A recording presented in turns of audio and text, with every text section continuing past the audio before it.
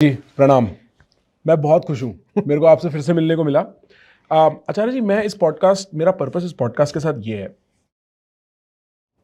Internet पे या दुनिया में व्हाट्सएप पे, जैसे हम बच्चों के लिए इंस्टाग्राम हो जाता है तो बड़ों के लिए व्हाट्सएप हो जाता है। उस पर हर आदमी ये बोल तो देता है कि मैं ना अपना जीवन भगवत गीत के अनुसार जीता हूँ, पर मेरे को नहीं लगता किसी ने या तो भगवत गीत पढ़ा है और जिसने पढ़ा है उसने समझा है। मैं चाहता हूँ इस कॉन्वर्सेशन के एंड तक मैं बेसिक से एडवांस तक एक आदमी को भगवत गीत की अंडरस्टैंडिंग आपके थ्रू पहुंचा सकूं। इतनी जल्दी तो कितना हो जाएगा देखेंगे, कोशिश करते हैं। ठीक है ठीक है। चलो वहां से शुरू करते हैं जहां से सबको पता ही है। ठीक है ठीक है, ताकि लोगों को बिल्कुल शुरू करने में आसानी रहे। ठीक है। जब गीता की बात आती है तो हम सबसे पहले नाम लेते हैं कर्म के सिद्धांत का, the law of Karma. Yes. ठीक है, तो अगर कोई मुझसे कहे कि बिल्कुल तुरंत 1-2 मिनट के अंदर बता दो कि भगवत गीता का सेंटर क्या है, तो वो ये है कि the law of karma is not at all about कर्म।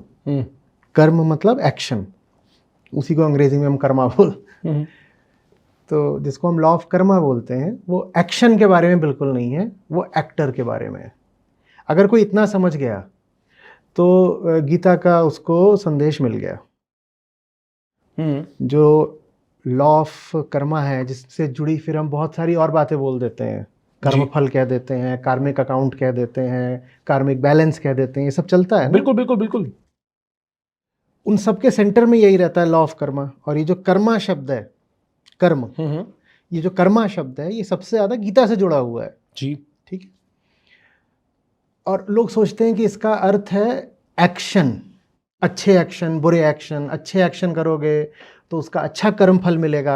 आज अगर तुम्हें दुख मिल रहा है तो इसका मतलब तुम्हारा जो पिछला कार्मिक बैलेंस है वो नेगेटिव था और आज तुम उसको न्यूट्रलाइज कर रहे हो। ये सब धारणाएं चलती हैं, ये मिथ्स हैं। तो गीता अगर समझनी है तो यही देख लेना है कि जो लॉ ऑफ कर्मा है उसमें कर्मा जैसी कोई चीज है ही नहीं। Law of karma is not about the karma, it is about karta. Karta means actor, ठीक है, करने वाला, the doer. So law of karma is not about the deed, it is about the doer. ठीक है। अब ये बात कहाँ तक जाती है? अभी तक ऐसा लग रहा होगा जैसे थ्योरेटिकल हो रही है जी ज्यादा। जी बिल्कुल बिल्कुल। शुरू में ही बोर हो गए होंगे हमारे नहीं, जिनको सुनना है फंस गए होंगे। बढ़िया। तो कर्म बाहर की चीज होता है ना, कर्म बाहर की चीज होता है। तो हमें नहीं पता कि जो बाहर हो रहा है वो क्यों हो रहा है। ठीक है। It's just a movement in time and space. ठीक है। उसको अच्छा या बुरा नहीं बोला जा सकता, ना उसको मेजर करने से भीतर हमें किसी तरीके का इल्यूमिनेशन या पीस मिल जाएगा। जो पूरा फील्ड होता है विजडम लिटरेचर का, सेल्फ नॉलेज का, वो इसीलिए होता है ना कि ये भीतर जो इतनी गड़बड़ चलती रहती है, आदमी परेशान रहता है, खोपड़ा एकदम गड़बड़ रहता है। हाँ। उसको हम ठीक कर सकें। गीता कह रही है, बहुत सारी बातें कह रही है, 18 अध्याय 700 श्लोक है, पर चूंकि हमें जल्दी में करना है इसीलिए मैं बिल्कुल जो उसका सेंटर है उसको पकड़ रहा हूं। गीता कह रही है बाहर बाहर आप क्या कह रहे हो उसको देखना जरा कम करो, और उसको अगर देखना भी है तो किस तरीके से देखना है वो मैं आगे बताऊंगा, आप याद दिलाना। आप बाहर क्या कर रहे हो इससे ऑब्सेस्ड होना बंद करो।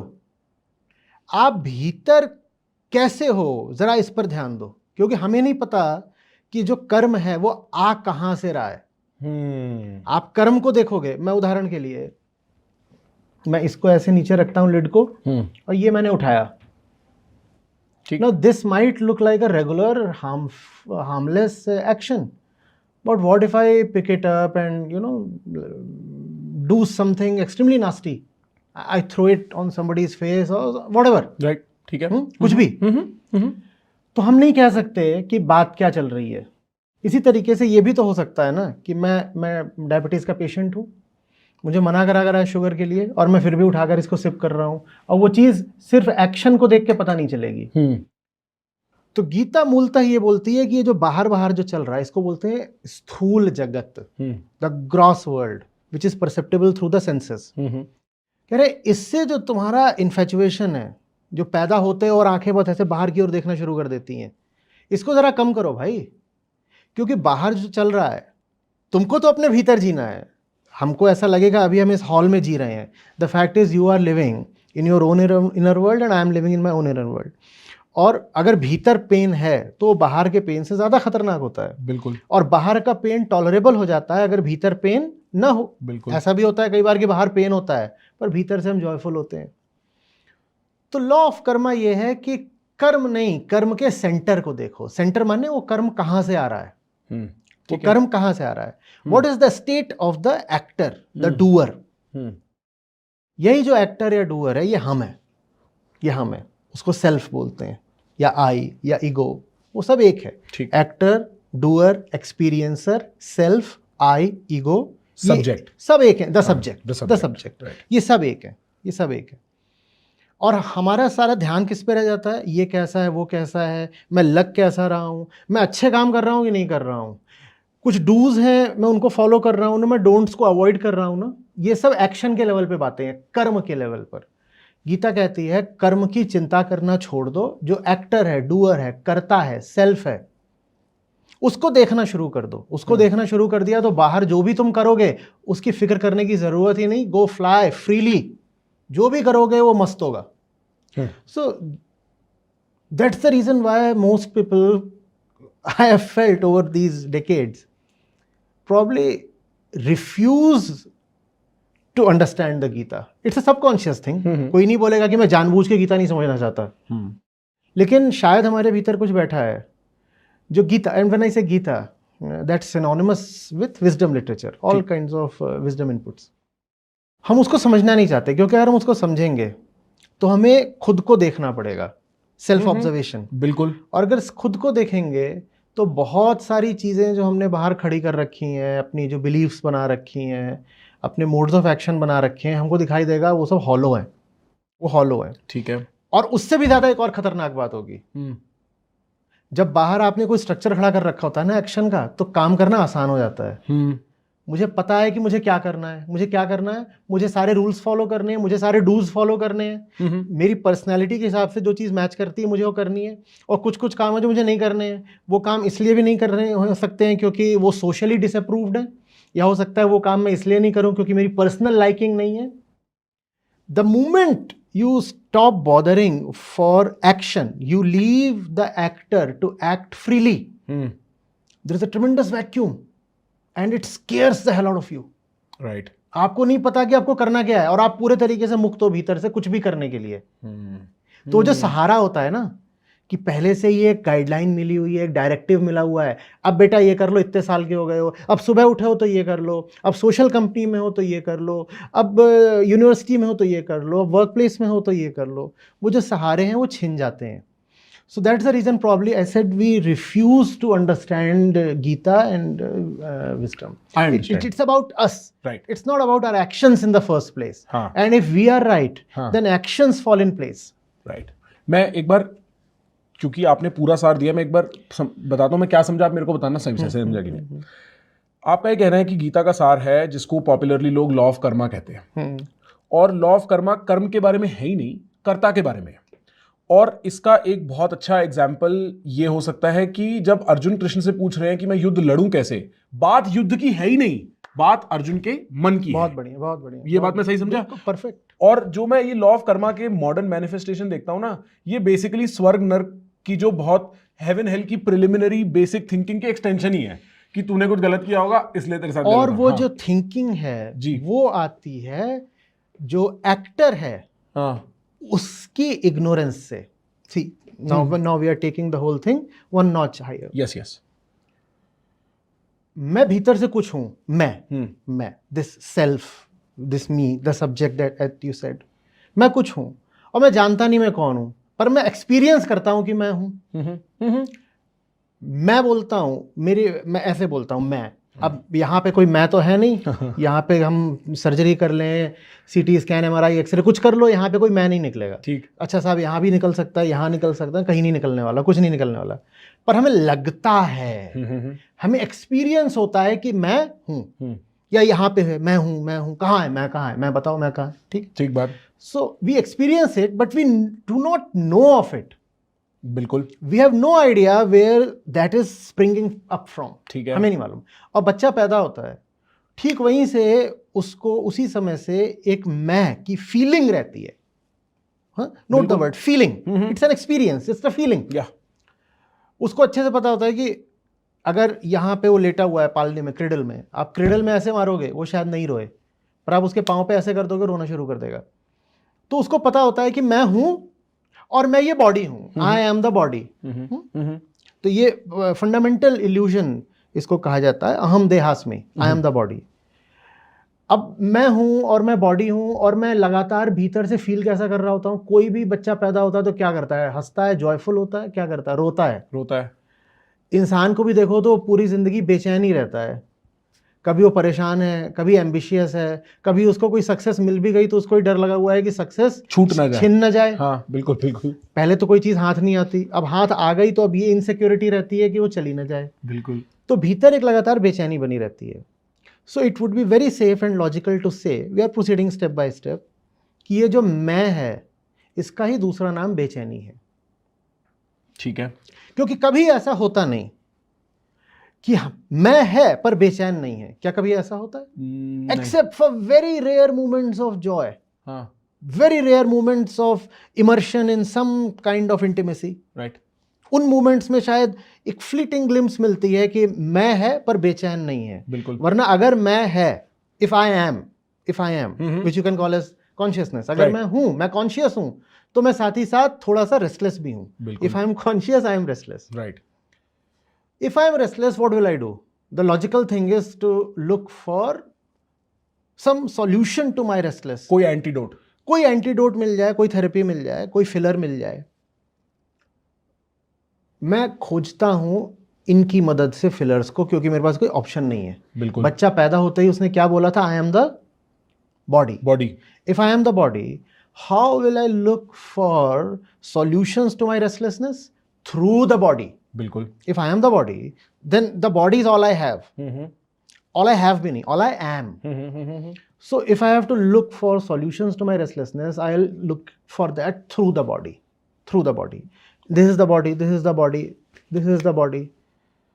तो मेरे को ये देखी और ये मेरे को काफ़ी अच्छी लग रही है, वाओ सो ग्लिटजी। तो मेरे को लगेगा मैं इसको पालूँ, अपनी ज़िंदगी में ले आऊँ, मैं इसको अपनी ज़िंदगी में ले आऊँ, मैं उसको ज़िंदगी में ले आऊँ, मैं उसको ले आऊँ। 100 चीजें मैं एक्यूमुलेट करूं या कंज्यूम करूं या एक्सपीरियंस करूं, क्या पता मेरी बेचैनी चली जाए। और जब मुझे दिखाई पड़ता है कि इस जिंदगी में मेरी बेचैनी नहीं जा रही है और मुझे डर लगता है कि यार जिसको मैं अपनी लाइफ बोलता हूं तो शायद खत्म भी हो जाएगी, and I will remain unfulfilled, so then we come up with that which you spoke of, स्वर्ग नरक, आफ्टर लाइफ कि इसको खींचते चले जाओ इस अकाउंट को। और जो कंजम्पशन इस दुनिया में पॉसिबल नहीं हो पाया, वो कंजम्पशन मैं मर के कर लूंगा। हाँ, which is the classic स्वर्ग नरक की वो मेटाफिजिक्स। मैं मर के कर लूंगा। हाँ, कि वो अत्यंत जो प्लेजर है वो मेरे को मर के मिलेगा, वो मर के मिलेगा। हाँ। So what you are doing is you are trying to immortalize that which anyway does not exist। काफी शेडी सी चीज है वो, बिल्कुल, जिसको ईगो बोलते हैं। हाँ, है ना, बिल्कुल। उसका कुछ पता नहीं है कहाँ है, बस वो उसको माया बोलते हैं कि प्रतीत तो होती है, आभास होता है, अनुभव होता है, एक्सपीरियंस होता है, पर है नहीं वो जो है नहीं जो है ही नहीं, हम उसको इमॉर्टलाइज करना चाहते हैं ये बोल के कि मरने के बाद वो किसी और लोक में पहुंच जाएगी। बिल्कुल, माने हम मर जाएंगे, वो नहीं मरेगी। हाँ। क्या नहीं मरेगा? जो है ही नहीं। हाँ। और जो है उसका हमें कुछ पता नहीं, उसकी तो हम बात ही नहीं कर सकते। और उसकी तरफ हमें गीता ले जाती है, वो जो है, that which really is. Upanishad कहते हैं I am that which really is, तत्त्वम असि। उसकी तो हम बात ही नहीं करना चाहते, क्योंकि उस समय बहुत डर लगता है। बिल्कुल। तो ये जो पूरा कंजम्पशन का खेल है, ये सारा खेल ही इसीलिए है ताकि हम अपने आप को फुलफिल कर सकें। लेकिन वो कौन है भीतर जो अनफुलफिल्ड है, ये हमें पता नहीं। इसीलिए हमें ये भी नहीं पता कि कौन सा कंजम्पशन उसको फुलफिल करेगा। So we proceed on a very ruthless, mindless journey of blind consumption, जिसको करके हमने पूरी दुनिया तबाह कर दी है। ये चलता है, और उसी में फिर सारा एक्टर का गेम आ जाता है, क्योंकि कंजम्पशन इज एक्शन जी। सो वी देन ये एक्शन ऐसा, ये एक्शन करो, ये एक्शन करो, ये एक्शन करो। करने वाला कौन है मत देखो जी। In the entire field of wisdom literature is about knowing the actor, not about determining the action. If somebody, Prakhar, is determining your action, that fellow is regulating you. बिल्कुल। That fellow is trying to become your master. ये करो, ये नहीं करो, ऐसा करना चाहिए, वैसा नहीं करना चाहिए. That's what the schools do. That's what the society does. That's what the establishment does. That's what the media does. हाँ? बिल्कुल। That's what all the folklores do. ऐसा करो तो अच्छा है, ऐसा नहीं करो तो बुरा है। अध्यात्म का मतलब जो होता है वो होता है सेल्फ नॉलेज। स्पिरिचुअलिटी नहीं होता। स्पिरिचुअलिटी का संबंध तो किसी स्पिरिट वगैरह से हो गया। अध्यात्म में कोई स्पिरिट नहीं होती। आत्म माने मैं को जानना। और मैं माने वो नहीं, वो जो अल्टीमेट मैं है, द फाइनल मैं, which is called the great self, आत्मा, वो नहीं। ये जो भीतर ईगो बैठा है, अहंकार। अध्यात्म का मतलब होता है आत्मज्ञान, और आत्मज्ञान का मतलब होता है अहंकार को जानना, उसके झूठ की खोज करना। सच की खोज करना नहीं, झूठ की खोज करना। और ये हम जितनी बातें अभी बोल रहे हैं, ये सब गीता है। ये सब गीता है, प्योरली गीता है। ये प्योरली गीता है। मैं आचार्य जी एक बार फिर से कैचअप करने की कोशिश करता हूं, आप मेरे को बताना सही समझा कि नहीं। तो मेरे को ये बात समझ में आती है, इंसान को पता नहीं वो तो है कौन, उसने कभी अपने से तो पूछा नहीं, तो जो उसको दुनिया देती रहती है वो अपने मर्ज मिटाने के लिए उसे खाता रहता है। यही शायद जो हमारा एंटरटेनमेंट कंजम्पशन से लेके लार्जली सारे कंजम्पशन पैटर्न्स एक तरीके से अपनी चिंता, अहम की चिंता, और अहम और चिंता दो साथ में चीजें आती हैं। आपने कहा अहम को दबाने के तरीके हैं, चाहे वो रील स्क्रोलिंग है, चाहे वो चाय पीना है। हम खुद को भूल जाना चाहते हैं क्योंकि खुद को हमने मुड़ के कभी देखा नहीं, और जो मर्ज है वो खुद में है। ऐसा है जैसे कि आप 100 तरह की दवाइयां खा रहे हो जी, और डायग्नोसिस हुआ नहीं है। डायग्नोसिस हुआ नहीं है, मुड़ के देखा ही नहीं है पेशेंट को, डायग्नोसिस हुआ नहीं है। और उस मुड़ के देखने को गीता उस बारे में बात करती है। गीता सिर्फ उसी बारे में बात करती है। गीता आपको नहीं बताएगी कपड़े क्या पहनो, गीता आपको नहीं बताएगी खाना क्या खाओ, गीता नहीं कहेगी कि शादी करो कि नहीं करो, करो तो कैसे करो, पैसा कमाओ कि नहीं कमाओ, ऐसे समझो ना। ठीक ठीक। कृष्ण को अगर अर्जुन से सिर्फ युद्ध ही कराना होता तो उनका जो पूरा क्रेडिट था, और एक तरह से उनकी जो psychological, for want of a better word, dominance थी अर्जुन के ऊपर, वो ये भी कह सकते थे कि अर्जुन लड़ो, खत्म। ये 700 श्लोक हैं, इसमें कृष्ण कर क्या रहे हैं? अर्जुन को नहीं बार बार बोल रहे कि लड़ो, वो अर्जुन को बता रहे हैं अर्जुन तुम कौन हो, अर्जुन तुम कौन हो। और इस फेथ के साथ बता रहे हैं कि अगर अर्जुन समझ गया कि अर्जुन कौन है, अर्जुन के इल्यूजन्स क्लियर हो गए, तो अर्जुन अपने आप राइट एक्शन कर देगा। मुझे उसको राइट एक्शन प्रिस्क्राइब करने की जरूरत नहीं है। Bhagavad Gita in that sense is the epitome of liberalism. Right. Right. I'll not push you towards a certain kind of action. I'll just clear your misconceptions, and then after that, I have faith that you will do what is right. Right. In fact, whatever you do will be right once you are internally clear. Once the actor उसने अपना मन देख लिया है, अब उसको छोड़ दो, अब उसको मत बताओ कि तू ये कर, तू वो कर। अब वो तुम्हारे बताने से सुनने वाला भी नहीं है। हाँ। जो खुद को जानना शुरू कर देता है ना, वो बड़ी ठसक वाला आदमी हो जाता है, रिबेलियस आदमी हो जाता है थोड़ा सा। हाँ। वो फिर बहुत सुनता नहीं किसी की, not because he has ego की वजह से नहीं, अहम की वजह से नहीं। हाँ। तो वो एटीट्यूड प्रॉब्लम वाली बात नहीं है। बात ये है कि मुझे दिख रहा है कि ये पानी है, आप मुझे बार बार बोलो भी ये केरोसिन है, मैं मानूंगा ही नहीं। तो मैं कैसे मानूं? मैं कोशिश करूं तो भी नहीं मान सकता। वो वाली बात आ जाती है। मैं समझ गया। और आपने एक बड़ी इंटरेस्टिंग बात करी थी कि जैसे हम युद्ध वाली एनालॉजी ले रहे थे कि फिर चाहे अर्जुन युद्ध करे, और युद्ध भी अपने रिश्तेदारों से करे, पर क्योंकि एक्टर खुद को जान चुका है, कर्म समझ चुका है, तो उसका जो इंटरनल वर्ल्ड है वो एट पीस रहेगा, और मैटर वो करता है। लोग ये बात रियलाइज नहीं करते कि तुम फंसे हुए यहां हो, for lack of a better geography, तुम यहीं फंसे हुए हो, तुम जी इसी में सकते हो। तुम्हारे पास 5 करोड़ रुपए हो, 5 रुपए हो, तुम्हें जीना इसी के अंदर है। हाँ, आराम आ जाएगा पैसे से, पर क्या पता चिंता आ जाए, और ज्यादातर चिंता ही आती है। क्योंकि आदमी जितना पाता है उतना डर पैदा करता है खोने का। तो ये मैंने नोटिस किया आचार्य जी, किसी को ये समझा पाना कि at the end of the day आप फंसे हुए अपने इनर वर्ल्ड में ही हो, ये बड़ा मुश्किल काम है। कृष्ण के अर्जुन को कैसे समझाते हैं? कृष्ण पहला काम तो ये करते हैं कि युद्ध की बात करना बंद कर देते हैं। पहले अध्याय में ही अर्जुन अपनी तरफ की सारी कहानी कृष्ण को बता देते हैं, और अर्जुन जो कहानी बताते हैं बहुत इंटरेस्टिंग बात है।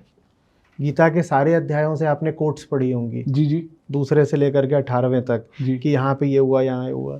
पहले अध्याय से कोई कोट शायद नहीं पढ़ी होगी।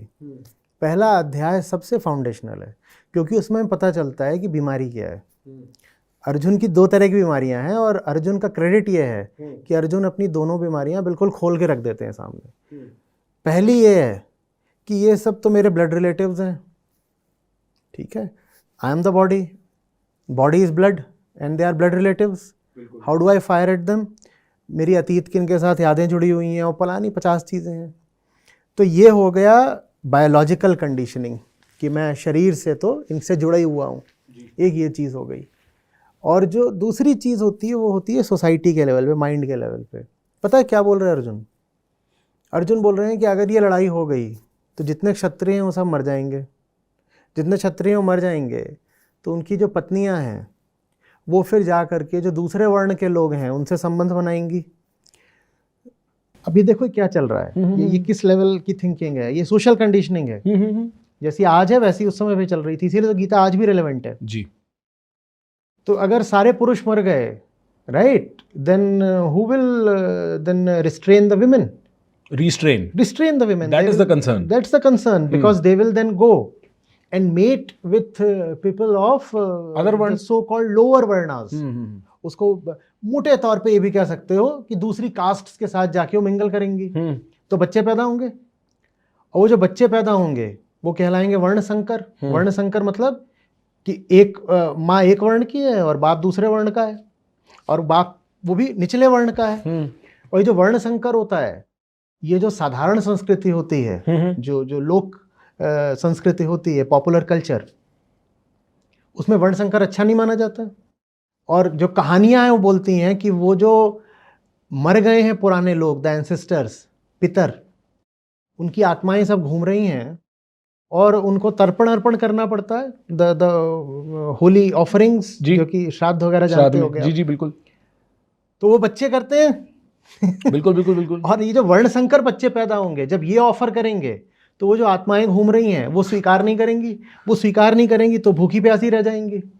Now these are the arguments that Arjun is forwarding to Krishna. So now we know what the Gita is for. दूसरे अध्याय से लेकर 18वें अध्याय तक बस पहले अध्याय को काटने की कोशिश करी गई है। ये कॉन्टेक्स्ट है, ये बैकग्राउंड है। बैकग्राउंड ये है कि अर्जुन कह रहे हैं, पहली बात, I am physically very attached, right, they are my blood relative, right. पहली बात फिजिकल अटैचमेंट। इसको हम फिजिकल कंडीशनिंग भी बोल सकते हैं। जी जी। उस तरह की कंडीशनिंग सब तरीके के एनिमल्स में पाई जाती है, ठीक है ना। Wolves don't attack their own packs, ठीक है। तो वो फिजिकल कंडीशनिंग है। Mother is attached to the child, physical conditioning जी। और दूसरी है सोशल कंडीशनिंग, जो चीजें आपने सुन ली आपके दिमाग में भर दी गई कि मेरी महिलाओं का क्या होगा, what will happen to all the women, as if the men are supposed to possess the women, and the women will go and mingle with people of the other castes and other varnas and such things, and then you extend the story. उसके बाद बच्चे पैदा हो जाएंगे उनके, वो बच्चे पैदा हो जाएंगे तो वो बच्चे जब जाकर के श्राद्ध वगैरह करेंगे तो उससे जितनी पितरों की आत्माएं हैं वो अतृप्त रह जाएंगी, क्योंकि वो स्वीकार नहीं करेंगी। अब कृष्ण ये सब सुन रहे हैं और कृष्ण कह रहे हैं, बाप रे बाप, ये तो कितना जबरदस्त लोड है इसके दिमाग में। ये कैसे लड़ेगा? हाँ, इस लोड के साथ तो हो चुकी लड़ाई, और इसीलिए फिर अर्जुन कह रहे हैं कि मेरे से गांडीव नहीं उठाया जा रहा, आई कैन नॉट फाइट। ये जो कुरुक्षेत्र का मैदान है वो एक सिंबल है जिंदगी के मैदान का। पहला चैप्टर बोल रहा है जिंदगी की लड़ाई नहीं लड़ सकते जब तक तुम फिजिकल कंडीशनिंग और मेंटल कंडीशनिंग के लोड से दबे हुए हो। ये गीता है। अरे वाह। जिंदगी की लड़ाई नहीं लड़ पाओगे, जीतना वगैरह बहुत दूर की बात है। कृष्ण अर्जुन को कभी नहीं कह रहे कि तुम्हें जीतना है, नॉट वंस। कोई मोटिवेशन नहीं है वहां पर कि जीतना है, ये करना है, वो करना है। इससे दबे हुए हो और इससे दबे हुए हो, अब तुम भले ही सर्वश्रेष्ठ धनुर्धर हो, टॉप क्लास स्किल्स हैं तुम्हारी, वॉर्टन से एमबीए करके आए हो, you will still fail. You are the number 1 archer, you will still fail, because इसका और इसका तुमने ख्याल नहीं करा। Physical conditioning, social conditioning will bog you down. So the entire Gita, chapter 2 to chapter 18, is about ridding Arjun of the baggage of the body and the mind. And then Arjun does what he has to. फिर कृष्ण को बोलना नहीं पड़ता है कि इसको ऐसे करो, उसको ऐसे करो, ऐसे करो। कृष्ण तो खुद सारथी बन के बैठे हैं, लड़ाई तो अर्जुन को करनी है, वो अपना कर लेते हैं फिर उसके बाद। तो biology and culture, biology and culture, ये दो ऑब्स्ट्रक्शन है, ये दो obstruction to the path of, आप इसको सिंपलिस्टिकली कह सकते हो, realising the self, a simple fulfilled life. a simple fulfilled life. Why go into exotica? Right. ठीक है, बिल्कुल। सिंपल फुलफिल्ड लाइफ जो आदमी ढूंढ रहा है ना, बिल्कुल, उसकी एक ऑब्स्टिकल तो ये है कि उसकी बॉडी कुछ डिमांड करती है, और दूसरा है कि कल्चर कुछ प्रेशर डालता है, और अर्जुन उसके प्रतीक हैं एक सेंस में। परफेक्ट। और कृष्ण किस चीज के प्रतीक है? इल्यूमिनेशन। इल्यूमिनेशन के। That in the world itself, it is possible to be associated with entities or forces that can bring you illumination. जैसे ये दुनिया है जी, इस दुनिया ने शरीर दिया, ये शरीर एक बॉन्डेज हो गया, फिजिकल कंडीशनिंग जी, ये दुनिया है, इसी दुनिया ने सोशल कंडीशनिंग कर दी, दूसरी बॉन्डेज हो गई जी। उसी तरीके से इसी दुनिया में ये पॉसिबल है कि तुमको इल्यूमिनेशन मिल पाए। अब ये चॉइस तुम्हारी है कि तुम संगति कैसे करते हो, who do you choose for company. अब ये कितनी इंपॉर्टेंट बात है, बहुत इंपॉर्टेंट बात है। इतने सारे लोग वहां इकट्ठा हैं, who has chosen Arjun, who has chosen Krishna for company? Arjun Only specifically. Arjun. And not only has he chosen Krishna for company, he has refused all other company. Yes. Arjun नहीं जा रहे हैं युधिष्ठिर से पूछने, युधिष्ठिर का नाम है धर्मराज, पर धर्म के बारे में पूछने वो युधिष्ठिर के बारे में नहीं जा रहे। लड़ाई के पीछे बहुत बड़ा कारण द्रौपदी है, द्रौपदी का अपमान हुआ है और ये सब है, और द्रौपदी से शरीर का भी रिश्ता है, मन का भी रिश्ता है, वो द्रौपदी से भी बात नहीं करने जा रहे। ये सारी बात अर्जुन सिर्फ और सिर्फ कृष्ण से कर रहे हैं। और इतनी मज़ेदार बात है, अगर हम ये माने कि ज़्यादातर जो गीता की बातचीत हुई है वो एक्चुअली मैदान में हुई है, ठीक है, ये भी मान लो कि सिर्फ उसका जो क्रक्स है वो वहाँ पे हुआ था, बाद में उसको विस्तार दे करके लिख दिया गया वेद व्यास के द्वारा, ठीक है। लेकिन वो जो भी बातचीत हो रही है, अगर उसका कुछ हिस्सा भी मैदान में हो रहा है तो आधे घंटे तो चली होगी। बिल्कुल। हम कह रहे हैं नहीं चली 15 दिन, 1 घंटा 2 घंटा चली। वहां पर बड़े से बड़े विद्वान भी मौजूद हैं, वहां भीष्म पितामह मौजूद हैं, कोई पूछने नहीं आ रहा कि ये दोनों क्या बात कर रहे हैं। एक बार को इमेजिन करो, दोनों तरफ सेनाएं खड़ी हुई हैं, लड़ने के लिए तैयार है, और अर्जुन और कृष्ण की बातचीत एक कोने में नहीं हो रही है। अर्जुन अध्याय 1 में कृष्ण से कह रहे हैं कि केशव, मेरा जो रथ है वो दोनों सेनाओं के बीचों बीच ले चलो। अब ये इधर खड़े हैं, वो उधर खड़े हैं, ऐसे ही होता था अरेंजमेंट पहले, इधर ये सब है, उधर वो है, जैसे टैंक बैटल होता है ना, बिल्कुल वैसे ही बीच में ले जा करके वो रथ को खड़ा कर दिया है। The chariot has been parked right at the centre and yet nobody is curious enough to come and enquire कि सर आप लोग बात क्या कर रहे हो। Strange, so strange, extremely strange. तो कोई और आ नहीं रहा, अर्जुन सिर्फ कृष्ण से बात कर रहे हैं, अर्जुन किसी और से बात नहीं कर रहे, और कृष्ण भी अपना मैसेज सिर्फ और सिर्फ अर्जुन को डिलीवर कर रहे हैं। That's what Krishna represents. There is the possibility of illumination and liberation right in this world, but you have to be very choosy about the company you keep. You have to choose the right one and only the right one. I have another question. फिर तो कृष्ण के सारथी specifically होने का भी कुछ purpose है, क्योंकि होने को तो कृष्ण उनके बड़े भाई भी हो सकते, जैसे युधिष्ठिर के पास नहीं गए, या भीष्म के पास नहीं गए, या गुरु द्रोण के पास नहीं गए। सारथी एक स्पेसिफिक रिलेशनशिप है जिसमें थोड़ी बराबरी है पर थोड़ी ऊंचाई भी है, और एक साथ है कि जो होगा अब मैं तुम्हारे साथ रथ पे हूं मैदान में। तो ये सारथी का भी एक प्रतीक है, कुछ वो यही प्रतीक, कैटलिस्ट, द नॉन डूअर। सारथी तुम्हारे लिए लड़ेगा नहीं, करना सब तुम्हें है। हाँ, you know how the catalyst works, right? Yes. It is present in the reaction but does not participate. It's just present and it speeds it up. It speeds it up but not as a participant, just through the presence. Krishna सारथी की तरह मौजूद हैं पर शस्त्र नहीं उठाएंगे। लड़ना तो बेटा तुम्हें ही है, जो करोगे तुम करोगे। मैं नॉन डूअर हूं, मैं अकर्ता हूं, लेकिन मजे की बात यह है कि कुछ नहीं करते हुए भी सब कुछ मैं ही करता हूं। अगर देखो तो पूरा युद्ध होता ही नहीं अगर कृष्ण नहीं होते। लेकिन कृष्ण ने कुछ भी नहीं करा युद्ध में, एक तीर नहीं चलाया, कुछ करा क्या? वो जो करने वाली एक बात है, थोड़ा सा वो छोड़ दो कि वो भीष्म के ऊपर वो उठा के जी उसको हटाओ, पर कृष्ण ने अपने आप कुछ नहीं करा। युद्ध से पहले ही उन्होंने बोल दिया था कि सेना तो मेरी सारी उधर चली गई, कौरवों की तरफ चली गई, मैं तुम्हारे साथ हूं और मैं पहले ही वचन दे रहा हूं कि मैं शस्त्र नहीं उठाऊंगा। जी। लाइट का ये काम होता है। हमने कहा ना, who is Krishna the illuminator. Right. जैसे अब हम यहां बात कर रहे हैं, हमारी बातचीत में ये पानी कुछ कर रहा है, हम पिएंगे, जी, है ना, वो एक पार्टिसिपेंट है, वो भीतर जाएगा, गले को ठीक करेगा, एक रिएक्शन होगा एक्चुअली उसके भीतर जाने से। ये इंस्ट्रूमेंट्स, हाँ ये इंस्ट्रूमेंट्स भी कुछ कर रहे हैं जी। सब कुछ है जो कुछ कर रहा है। लाइट कुछ कर रही है क्या? वो सिर्फ प्रेजेंट है। हाँ। लेकिन लाइट के प्रेजेंट होने से, लाइट के इल्यूमिनेशन से ये बातचीत संभव हो पा रही है। ये पानी यहां से हट जाए, ये बातचीत रुकेगी नहीं। ठीक है। ये लाइट किसी वजह से गायब हो जाए, हमारी बातचीत तुरंत रुक जाएगी। So truth is like light in your life. It does not actively do anything, but its presence enables you to do all the great things. I see. It is not an act in itself. It's not an actor in itself. Right. It's the enabler, catalyst, उत्प्रेरक। ठीक है, ये बात मैं समझ गया। अब और मैं इसका हिस्टोरिकल या लिटरेरी कॉन्टेक्स्ट भी समझ गया, जहां ये हो रहा है और जो कैरेक्टर्स के साथ हो रहा है। ये मेरी लाइफ में अर्जुन कौन है, या एक आम आदमी के जीवन में, एक मॉडर्न कॉन्टेक्स्ट में, एक मैंने देखा है कई बार जो आध्यात्मिक टीचर्स होते हैं वो मैनेजमेंट प्रिंसिपल्स एक्सट्रैक्ट करते हैं। मेरे को लगता है हमेशा life principles are much more interesting, and I am wondering कि इसके साथ कोई, is there a modern understanding of this? ये कहाँ हो रहा है मेरी लाइफ में? कहाँ है कृष्ण मेरी लाइफ में, और कहाँ है अर्जुन मेरी लाइफ में, और कहाँ है महाभारत मेरी लाइफ में? कृष्ण कहाँ है वो तो बात की बात होती है। पहले ये देखना होता है कि मेरी जिंदगी में भी फिजिकल कंडीशनिंग और social conditioning super important role play कर रहे हैं। Super important and undeserved and needless.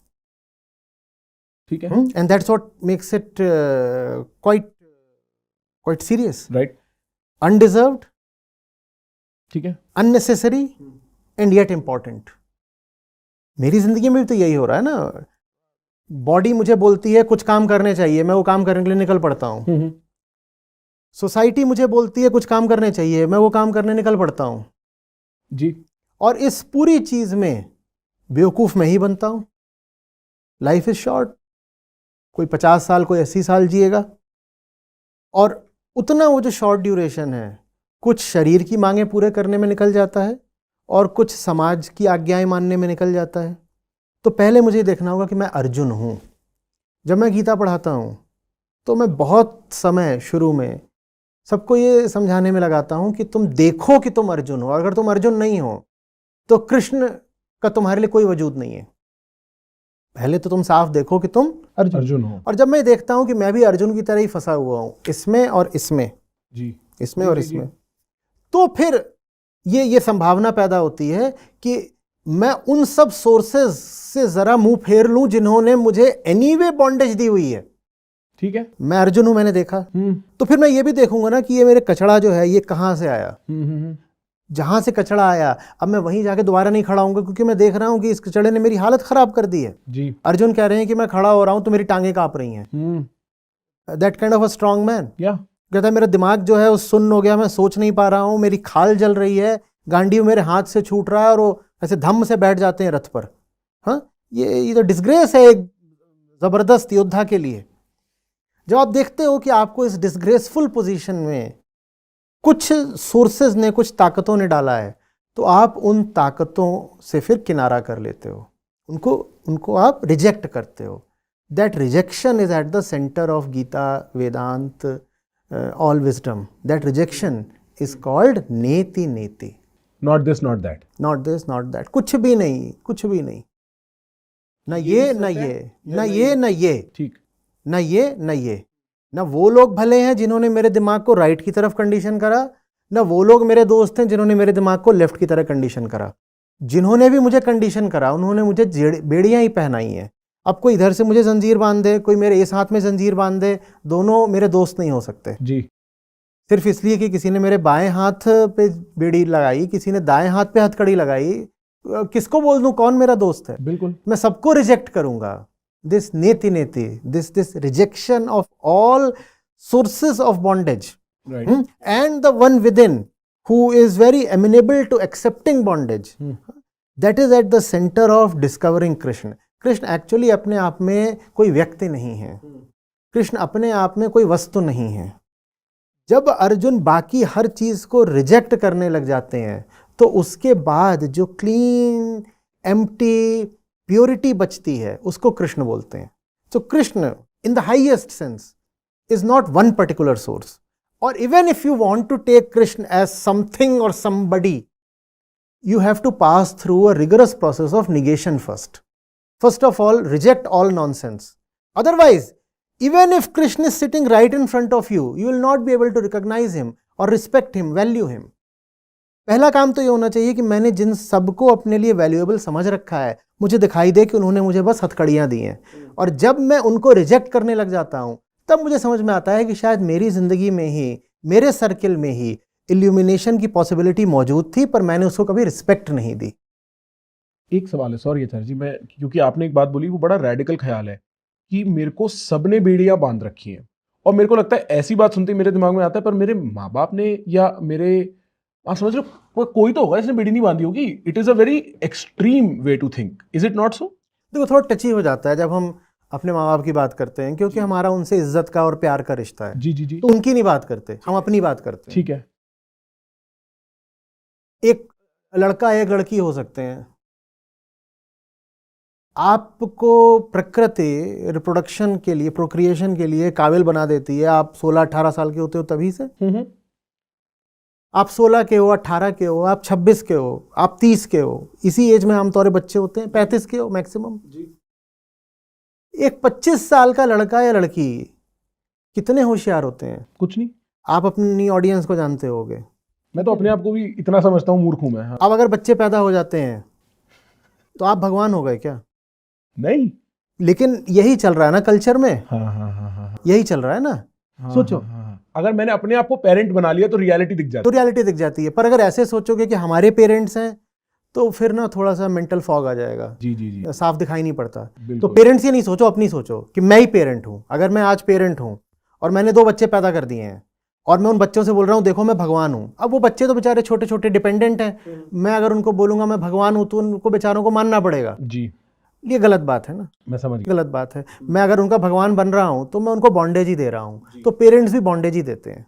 मैं समझ गया। आदमी क्योंकि एक बहुत मास वैक्यूम है, एक एबिस है, जैसे कई जगह कहा गया है, उसकी जगह आदमी सहारा एक्सेप्ट कर लेता है, और उसको भी नहीं पता होता, बच्चा होता है ना। उसकी कंडीशनिंग ऐसी होती है कि अब 3 साल का बच्चा क्या निगेशन करेगा, उसको क्या पता लगना है कि ये सहारा बनता जा रहा है या जो भी है। तो मैं आपकी बात समझ गया। पर अच्छा ठीक है, अगर मैं ये समझ जाऊं कि मेरे आसपास ऐसी ताकतें हैं, कॉन्शियस और अनकॉन्शियस, ईदर विलफुल और ignorant of their own power, जो मेरे को एक तरीके से कंडीशन कर रही हैं, जो मेरे को बांध रही हैं एक तरीके से, और मेरे को उस बारे में नहीं पता। अब क्या महाभारत इनको, जो महाभारत का is Mahabharat a symbol of breaking from those powers, क्या वो उसका प्रतीक है? यस। अच्छा, तो ये मेरी जंग कहां लड़ी जा रही है? भीतर। भीतर। और ये हर क्षण लड़ी जा रही है? अगर आप चाहो तो, नहीं तो आप सरेंडर कर सकते हो, घुटनों पे आ जाओ, क्यों लड़ना है? दुनिया में ज्यादातर लोग भीतर की कोई जंग नहीं लड़ रहे। हाँ हाँ हाँ हाँ, वो भीतर बिल्कुल एकदम पड़े हुए हैं बेहोश, बिल्कुल। उन्हें कोई जंग नहीं लड़नी। हाँ, वो जंग कोई लड़ते भी हैं तो बाहर लड़ते हैं, एक दूसरे का सर फोड़ दिया, लठ चला दिया, गाली गलौज कर दी, तो जंग है भीतर। तो कन्फ्लिक्ट बहुत है, आपस में ही गुत्थम गुत्था है जी। भीतर, सफरिंग बहुत है, लेकिन भीतर कोई राइट वर्दी बैटल नहीं है। The battle against one self, वो भीतर नहीं है। And that in another way is at the core of Gita, the battle right against yourself. How do I begin to feel it? क्योंकि मैं ये बोल देता हूं और शायद 10 लाख आदमी ये सुन ले, 10 लाख आदमी में से मैं समझता हूं 8 लाख आदमी को तो समझ ही नहीं आना, 1 लाख आदमी को उनकी कोई डेफिनेशन है, वो उस परिभाषा में आपकी बातों को जोड़ लेंगे, और भैया हम तो कितने अकलमंद। चलो फिर एक सवाल पूछता हूं जी। अभी कल परसों में ही मैंने पूछा था जी, आपके सामने भी रखता हूं। अगर किसी ने नहीं बताया होता कि क्या करना है जी, तो आप आज जो कुछ कर रहे हो इसमें से कितना % कर रहे होते? मेरे को नहीं पता। I have no idea, how would I know? And if you have no idea, then what is it that pushes you to do all the things that you are currently doing? I would even say I have no idea. I think I'm pulled into it. Then how do you feel about it कि मुझे पता भी नहीं है कि मैं जो कर रहा हूँ क्यों कर रहा हूँ, पर मैं करे जा रहा हूँ और मेरे पास एक ही जिंदगी है और मैं अपना टाइम एनर्जी ऐसी चीजों को दे रहा हूँ जिनका मुझे कुछ पता ही नहीं है. I can give you some answer. जैसे it is better than partying. मतलब मैं एक नशे से ऊपर वाला नशा कर रहा हूँ, मैं ऐसा कह सकता हूँ. अब वो ये वाला नशा हो सकता है करियर का नशा. मैं क्वेश्चन पूछ रहा हूँ. जी जी जी. हाँ. किसी ने नहीं बताया होता कि पार्टी स्टैंड्स फॉर मौज, ठीक है. तो क्या हम पार्टी भी कर रहे होते? शायद, मतलब मैं टेस्ट कर करके देख रहा होता किस में मौज आ रही है फिर. जी. और वो टेस्ट कर करके देखना ही जिंदगी है जो हमसे छीन ली गई. तो जो ये ताकत है, ये डर की ताकत है जो छीन रही है हमसे. वो खुद डरे हुए हैं, वो चाहते नहीं कि कोई आए जो रिवील कर दे कि एक अलग अल्टरनेट फुलफिल्ड लाइफ पॉसिबल थी. अगर हम दोनों ही बहुत ऐसे जीने के आदी हो गए हैं और ये यहाँ पर बैठे हैं, ये बिल्कुल बेधड़क खुला जी रहे हो, तो सच बताओ हम दोनों को कैसा लगेगा? हम डराने जाएंगे इनको. हम उसे डराने जाएंगे, हम जलसी से जल के मर जाएंगे. बिल्कुल बिल्कुल बिल्कुल. और खासकर तब अगर हम दोनों बुढ़े हो गए हैं, हम कहेंगे हमने तो जिंदगी खराब कर ली, रिकवरी का भी कोई चांस नहीं है और ये मौज मार रहा है. समझ आ रही बात? बिल्कुल बिल्कुल. हम पूरी कोशिश करेंगे कि इसको भी खुल के नहीं जीने दें. बिल्कुल यही होता है. जैसे जिन लोगों ने क्रिकेट खेलते हुए शीशे तोड़े होते हैं दूसरों के घरों पे, वही रोक रहे होते हैं बच्चों को बाद में पार्कों में ना. ये वही साइकोलॉजी है. हाँ. जिन्होंने ऐसे समझ लो एकदम बंधी हुई जिंदगी जी होती है, उनके सामने आप थोड़ी भी फ्रीडम अगर दिखाओ तो उनको बहुत ज्यादा बुरा लगता है और वो कहते हैं कि कल्चर नहीं है तुम में, बदतमीज हो तुम. हर जनरेशन ऐसा कैसे कहती है कि ये जनरेशन तो बिल्कुल. हाँ. क्योंकि पिछली जनरेशन, आमतौर पे ऐसा रहा in the course of history कि पिछली जनरेशंस अगली जनरेशन से ज्यादा बॉन्डेज में रही होती हैं. Right. With the advent in technology and thought, liberal thought, जी. हर सब्सिक्वेंट जनरेशन पिछली जनरेशन से थोड़ी ज्यादा फ्रीडम में जीती है. Constitutional freedom, economic freedom, freedom of thought, ये सब रहता है. जी. तो पिछली generation in general, I am generalising, there can be exceptions. Yes yes. तो पिछली जनरेशन इन जनरल अगली जनरेशन को यही बोल रही होती है कि बदतमीज लोग हैं, इन पे कोई सेल्फ कंट्रोल नहीं है, जहां देखो ये उल्टा पुल्टा करते रहते हैं. ये अलग बात है कि पिछली जनरेशन को उनसे पिछली जनरेशन भी सेम यही बात बोल रही थी. तब MTV को गाली देते थे, अब इंस्टाग्राम को गाली देते हैं. बात तो वही है ना. और फैक्ट ये है कि आज जिनको गाली पड़ रही है ना, वो भी यही कर रहे होंगे. 20 साल बाद अगर क्लाइमेट चेंज वगैरह ने हमको छोड़ दिया और इनके बच्चे हुए, तो ये अपने बच्चों को यही बोल रहे होंगे कि इनमें कल्चर नहीं है और इनमें कोई डिसिप्लिन नहीं है. जी. सिर्फ Gen X से Gen Y से Gen Z से Gen Alpha, यही चेंज होता जाता है. Sentence remains the same. Right. तो एक्चुअली ये टेस्ट कर पाना कि मेरे अंदर एक जंग है, वो आप थ्रू ट्रायल एंड एरर करते हो. थ्रू मे बी एक बार के लिए सबको हटाओ, मैं अपना जीवन सोच के देखता हूं, मैं समझ के देखता हूं मेरे को किस चीज में इंटरेस्ट है. और इसी प्रोसेस को शायद यूथ कहते हैं, क्योंकि आदमी गलती करते जाता है, ये नहीं करते जाता है और उसके थ्रू विजडम अक्वायर करता है. आपको गलती करने की भी अनुमति नहीं होती ना. जी जी जी, मैं समझ गया. वो आप नहीं अलाउ करते कि गलती करो. जी. आप समझ रहे? तो आपको एक बहुत रिजिड फ्रेमवर्क दे दिया जाता है, उसी रिजिड फ्रेमवर्क में डिफाइन हो जाता है ये कर लोगे तो तुम सक्सेसफुल हो, ये कर लोगे तो तुम एक फेलियर हो. जो सक्सेसफुल भी हैं वो उसी फ्रेमवर्क के भीतर सक्सेसफुल हैं. वो जो फ्रेमवर्क है वो एक होली ग्रिल है जिसको वायलेट करने की आपको परमिशन नहीं है. ज़्यादातर लोगों को पता भी नहीं है कि वो एक ग्रिल के भीतर एनकेज्ड है, कि ऐसे जैसे होता है ना कि जेल के भीतर फ्रीडम मिली हुई है. ज़्यादातर लोगों को पता भी नहीं है कि उनकी जो पूरी फ्रीडम है वो एक जेल के भीतर की फ्रीडम है. जैसे वो जोक है ना कि एक मछली दूसरे से कहती है पानी कैसा है, कौन सा पानी, पता ही नहीं हम पानी में हैं. हाँ. या इससे भी आगे बढ़ा सकते हो कि एक्वेरियम के भीतर 2 मछलियां हैं और दोनों एक्वेरियम को ही सागर समझ रही हैं. जी जी जी. उनको पता भी नहीं है कि वो एनकेज्ड है, क्योंकि वो बचपन से वो पैदा ही एक्वेरियम में हुई थी. और जो अकेली मछली है या कह लो 5-7 और मछलियां हैं जिसकी वो कंपनी कर सकती है, उन्होंने भी कभी सागर नहीं देखा. तो ये सब एक दूसरे को क्या बता रही हैं? एक्वेरियम ही सागर है. So that's the way we live. ये तो बात हो गई लिबर्टी की और एक्सप्लोरेशन की. अब एक कंसोलिडेशन भी है जिसके बारे में मेरे ख्याल से जो पहला श्लोक है जहां यदा यदा हि धर्मस्य, और धर्म वर्ड निकल के आता है गीता में. वो धर्म एक लेवल ऑफ कंसोलिडेशन, एक रास्ता होगा ना, या वो अनेक रास्ते हैं फिर? Everything right comes under the umbrella of dharma. ठीक है. Everything that is right comes under the umbrella of dharma, because dharma is just one thing. ठीक है, देखो ऐसे समझो, अभी तक जो हमने बात करी 100 बातें होती नहीं है अध्यात्म में. ठीक है. 100 बातें अगर आपको पता चल रही हैं तो फिर आप उनके बीच की सेंट्रल यूनिटी नहीं देख पा रहे हो. हमने बात करी कि हमारी सारी समस्या ये है कि भीतर कुछ है जिसके साथ हम पैदा होते हैं जी. हमें जिंदगी भर उसका पता नहीं होता, लेकिन उसको पेसिफाई करने के लिए, उसको फुलफिल करने के लिए हम हाथ पांव चलाते रहते हैं. वो हाथ पांव चलाने से कुछ होता है नहीं. आदमी ऐसे ही पैदा होता है बेचैन और ऐसे ही तड़पता हुआ मर जाता है. हाँ, कुछ लोग इस बात को एक्सेप्ट करते हैं और कुछ ड्रामा करने में इतने माहिर हो जाते हैं कि वो कहते हैं नहीं साहब हम तो खुश हैं, हम तो फुलफिल्ड हैं. वो खुद ही को बेवकूफ बना, वो खुद को ही बेवकूफ़ बना लेते हैं. ठीक है, तो धर्म क्या होगा फिर? खुद को ना बेवकूफ बनाना, बस यही है. खुद को सच बोलना, बस यही धर्म है. यही धर्म है. यही धर्म का चक्र है. यही बस यही धर्म है. कोई चक्र वगैरह कुछ नहीं, बस यही धर्म है. धर्म सारा किसके लिए है? मन के लिए. मन नहीं, मैं के लिए, अहम के लिए, for the ego, the self, the subject. उसकी हालत क्या है? बेचैन. तो धर्म क्या हुआ? जो बेचैनी खत्म करे. बस यही धर्म है. ठीक है. और उसको फिर पता करने का तरीका भी अंतरिकी होगा, क्योंकि तभी तो मेरी बेचैनी इज द लिटमस टेस्ट. अब ये बताओ, धर्म के नाम पे जो बाकी सब चल रहा है वो क्या है? पॉलिटिक्स. वो पॉलिटिक्स ऑफ थॉट है ना, वो पॉलिटिक्स ऑफ स्पिरिट है वो. क्योंकि मेरे को लगता है किसी भी टाइप की लार्ज स्केल कंसेंट जो है जिसपे सब लोग अग्री करते हैं ना, मैं हमेशा कहता हूं, जैसे मैं इंटरनेट के सिलसिले में कभी अंश को बोलूंगा, जो सब देख रहे हैं ना उससे उल्टी तरफ मुड़ जाओ, क्योंकि वो पक्का कचरा है. तभी सब देख रहे हैं. मास कंजम्पशन, पॉपुलर कल्चर, ये हमेशा बाय नेचर इज गार्बेज. और इसी तरीके से and the reasons lie in evolutionary biology.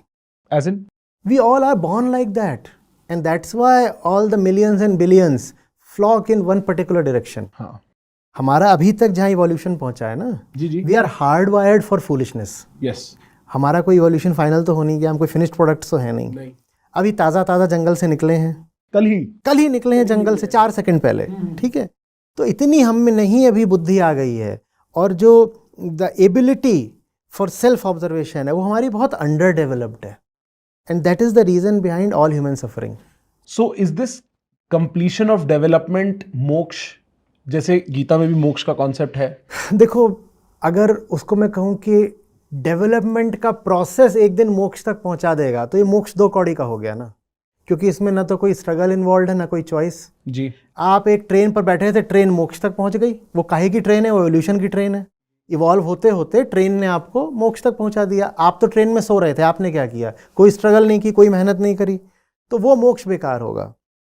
मोक्ष का मतलब होता है जो भी आपकी कंडीशन है, अच्छी है, बुरी है, भीतर से कितनी आपको बॉन्डेज है, बाहर से आपकी कितनी मजबूरियां हैं, उन सब के बावजूद स्ट्रगल करना. सो मोक्ष इज वॉरफेयर. मोक्ष इज रणक्षेत्र कुरुक्षेत्र. मोक्ष का मतलब ही यही है कि अपने एनिमीज को फाइट करना है जो भीतर है. उससे जो लिबर्टी मिलती है, वो जो एनिमीज को फाइट करना, उसके लिए हमने अभी एक वर्ड यूज किया था. क्या वर्ड था वो? नेति नेति. नीति नीति. नेति नेति. तो वो एक तो होती है फिजिकल स्लॉटरिंग, ऐसे मार दिया, और एक होती है कि वो जो भीतर थे, जो मुझ पे चढ़ के बैठे हुए थे, मैंने उनको निगेट किया. ये जो सारी फोर्सेस जिन्होंने मेरे को बांध रखा है, उनको धीमे धीमे ट्राई किया और रियलाइज करा ये नहीं. और ये सारी चीजों को देखने का एक तरीका हो सकता है, our gods have feet of clay. वो सारे गॉड्स हैं, और वो बहुत ज्यादा ऐसा लग रहे थे ओवर पावरिंग है, टावरिंग है. And then I go and look at their foundations. I knock right at their feet and I discover they have feet of clay. इनकी तो बुनियाद ही नहीं है. Gods मतलब all the forces that tower upon us. बस. Very interesting. मेरे को I didn't mean to bring this up, but मेरे को याद है, मैं शायद अष्टावक्र महागीत, ओशो के जो लेक्चर सीरीज है, उसके पहले 45 मिनट में वो भगवत गीत की बात भी करते हैं, और वो एक बात बोलते हैं जो कि मैं आपकी बात सुन रहा हूं तो मेरे को लग रहा है कि उसके थोड़ी कॉन्ट्रडिक्शन में हो सकती है, क्योंकि आपने एक बहुत ही कंसोलिडेटेड ऑब्जेक्टिव अंडरस्टैंडिंग दी है. मैं पकड़ सकता हूं आज गीता को, मेरे को पता है कि इसका अर्थ क्या है इस पूरी किताब का, 800 श्लोकों का, 700 श्लोकों का. ओशो कहते हैं कि अष्टावक्र, वो अष्टावक्र के गीत के बारे में बात करेंगे, अष्टावक्र का गीत जो है ना वो बिल्कुल गणित सत्य है, उसमें कोई इंटरप्रिटेशन का स्कोप नहीं है। जो कृष्ण का गीत है ना, जो भगवत गीत है, वो काव्य है, उसमें लोग राजनीति ढूंढ लेते हैं, उसमें सब अपनी इंटरप्रिटेशन बना लेते हैं। ऐसा क्यों होता है? और is that not counterproductive then?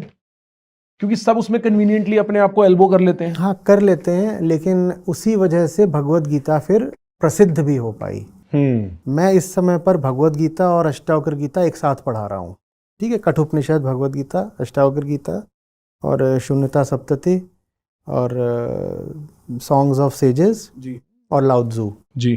तो एक कॉन्सोलिडेटेड कोर्सेज में सबको पढ़ा रहा हूँ। तो अष्टावक्र गीता भी भगवत गीता भी है, लेकिन वो जो हमारी पूरी सीरीज है उसका नाम है गीता समागम। उसका नाम हम अष्टावक्र समागम दे देंगे तो लोग आएंगे नहीं, क्यों? किसी को पता ही नहीं है। किसी को पता नहीं है। दूसरी बात, वो इतनी ऑस्टियर है, इतनी साफ है कि उसमें तुम्हें एंटरटेनमेंट नहीं मिलेगा। हाँ। I don't mean to imply that Bhagavad Gita is entertainment. No, yeah, But we are able to find entertainment in that. right. Ashtavakra Gita इतनी नीट है, इतनी क्लीन है, एम्बिग्यूटी के लिए, पर्सनल इंटरप्रिटेशन के लिए वो कोई जगह ही नहीं छोड़ती, और बात को इतना सरल करके सामने रख देती है कि आप ऐसे बैठ जाते हो, कहते हो बचा क्या, कि इस पे मैं लड़ूं किस बात पे। और अष्टावक्र गीता से भी आगे जानना है अगर, तो ऋभु गीता उठाना।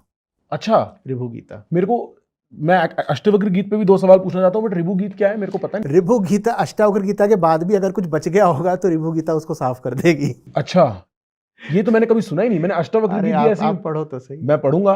पर ये जो क्वालिटी ऑफ टेक्स्ट है, कि जैसे अष्टावक्र गीत तो बिल्कुल ऐसे शुरू होती है कि सुन भाई खत्म कर दे, अब किताब बन गई। हाँ भाई यही है, बस एक ही सूत्र बहुत है, अगर समझ में आ गया तो। देखो सूत्र तो भगवत गीता का भी एक बहुत है जी। बात, बस ये आ जाती है कि कृष्ण वहां पर एक पर्सन की तरह बोल रहे हैं जी, पर बोल रहे हैं उसके बिहाफ पर जो इम्पर्सनल है। ठीक है। तो इसने ये जो पर्सन वाले लोग हैं ना, इनको स्कोप दे दिया है ये कहने का कि some heavenly god has descended and is lecturing. Right. Ashtavakra Gita में उस तरह की कोई बात ही नहीं है। अष्टावक्र गुरु खड़े हो गए हैं, वो कह रहे हैं साहब आप अधिक से अधिक मुझे ज्ञानी बोल सकते हो, ठीक है। सामने जनक बैठे हुए हैं, वो कह रहे हैं मैं क्या हूं, मैं स्टूडेंट हूं, मैं सीकर हूं, बात करने आया हूं। और थोड़ी सी बात आगे चलती है, आप पाते हो कि उसमें आप मुश्किल से दूसरे चौथे अध्याय तक पहुंचते हो, प्रकरण तक अष्टावक्र गीता में। जनक और अष्टावक्र की बातों में अंतर करना मुश्किल हो जाता है कि कौन कौन है। जनक हैज कॉट अप, या right. Janak has caught up. हाँ। तो वहां पर किसी तरह का कोई मिस्टिसिज्म या मेटाफिजिकल एलिमेंट आप नहीं कर पाओगे गेम। ठीक। तो इस तरह से अष्टावक्र गीता बच गई किसी भी तरह के करप्टेड इंटरप्रिटेशन से। उन्होंने स्कोप नहीं छोड़ा था। ठीक है। Two human beings are talking, but they're talking of the highest possible. Right. That's Ashtavakra Gita for you. In Bhagavad Gita, what is happening is Krishna मैं करके बात करते हैं, ठीक है। उदाहरण के लिए वो कह देते हैं कि मेरा विराट रूप देखो, सब प्राणी मुझ में प्रवेश कर रहे हैं जी। या वो कह देते हैं मैं हाथियों में ऐरावत हूं, मैं शस्त्रधारियों में राम हूं। अब वहां पर जो है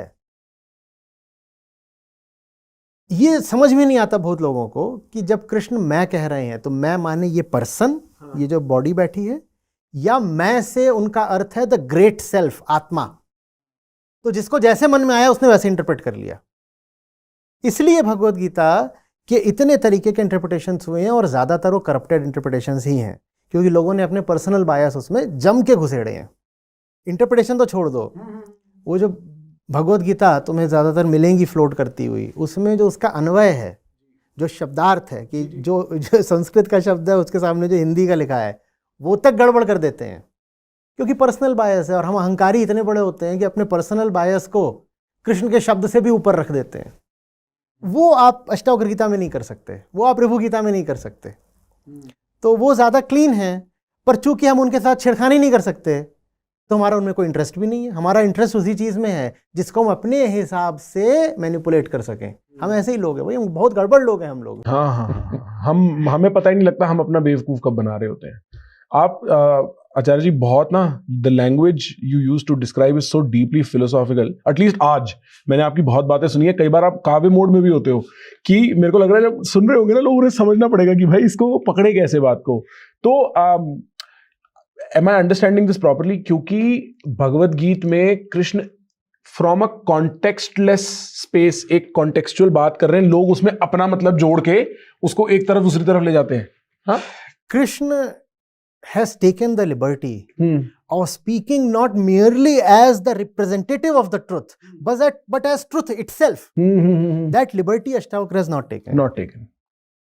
And because Krishna has taken that liberty, that also puts Bhagavad Gita in another sense above Ashtavakra Gita. क्योंकि वेदांत का आखिरी सूत्र तो यही है ना कि अहम ब्रह्मास्मि।